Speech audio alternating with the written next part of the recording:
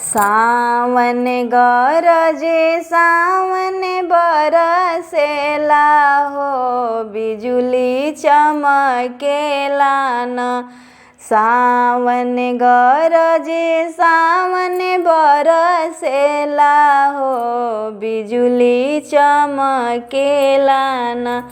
आमा गरजेली पापा के अगवा हो, धिया भैली सयान।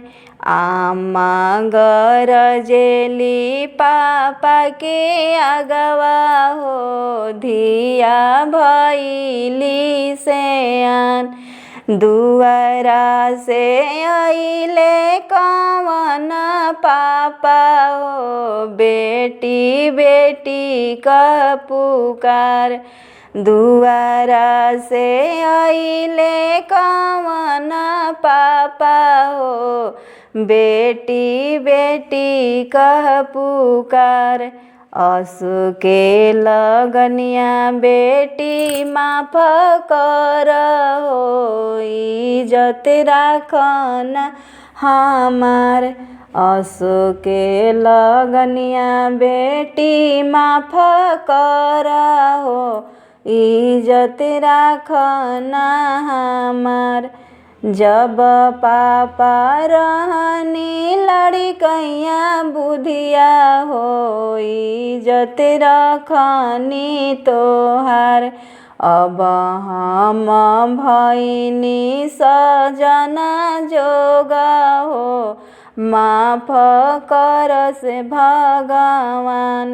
अब हम भैनी सजना जोगा हो, माफ कर से भगवान। सावन गरजे सावन बरसेला हो, बिजुली चमकेला न। सावन गरजे सावन बरसेला हो, बिजुली चमकेला न। चाची गरजेली चाचा के अगवा हो, धिया भैली सयान। चाची गरजेली चाचा के अगवा हो, धिया भैली सयान। दुआरा से अइले कवन चाचा हो, बेटी बेटी कह पुकार।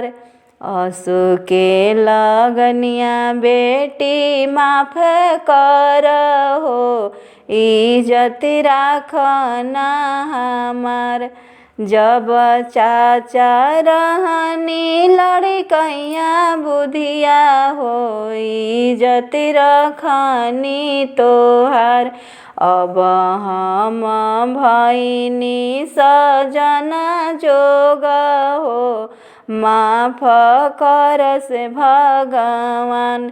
अब हम भैनी सजना जोगा हो, माफ कर से भगवान।